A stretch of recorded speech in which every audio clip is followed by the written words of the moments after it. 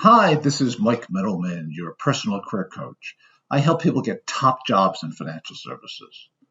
Today I'll be talking about your three-part plan to having a fantastic networking call. The idea really is you must empower your contacts to work for you and help you land the job that you want. Networking is by far the best job search tactic and will help you discover the hidden job market, those jobs that are never even posted. See, the problem with most networking calls is they fall flat because, well, you don't get what you want or what you need. You leave the call all pumped up and excited. Then what happens? Nothing. Then you feel crappy. My first tip is you must plan ahead. If you don't approach a call with a specific request in mind, you won't be helping your contact help you. So let's assume for a minute that you're looking for a compliance job in fintech. So let's talk about how you can plan for this call. First, let's think about your audience. Is this person able to introduce you to people in your target companies? Do you even have a list of your target companies? Maybe this person doesn't know anyone in your target companies, but maybe they know people that know people. Also, do you know if this person is a one and done kind of a person? Because most people will extend you one favor, the one and done. And the reason, it really has nothing to do with how close you are to them. It has everything to do with how busy we all are in our lives. So know your audience. Everything else being equal, plan on a coffee instead of a phone call or Zoom because you really want 100% of the contact's attention. My number 2 tip is that during your call, you must communicate a very clear message. Think of yourself as the general sitting in your command station, and you have many troops in the field ready to do whatever you want. A general must give very clear commands to their troops, or else the battle is lost.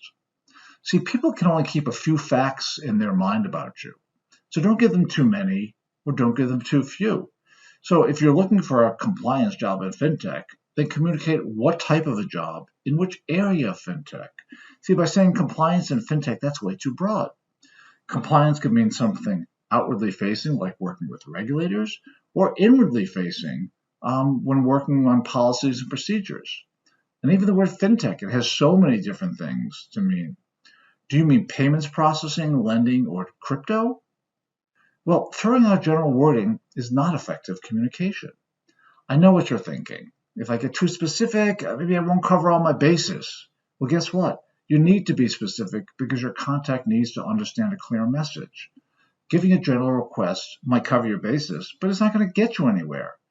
If you have specific people to call upon, use specific messages, and in totality, you'll cover your bases. During the call, have a call to action like ask this person to introduce you to 3 people at your target company or circulate your resume to people in the network. If you don't ask, you'll never get. My third tip is the most important one of all. You must follow up. All the work is lost until then. What do I mean by follow up? Well, when you write the thank you email or message, you really should mention something very specific about the conversation. That way, your contact will appreciate the fact that you heard them. And reiterate at the very bottom of your note what it is you asked them.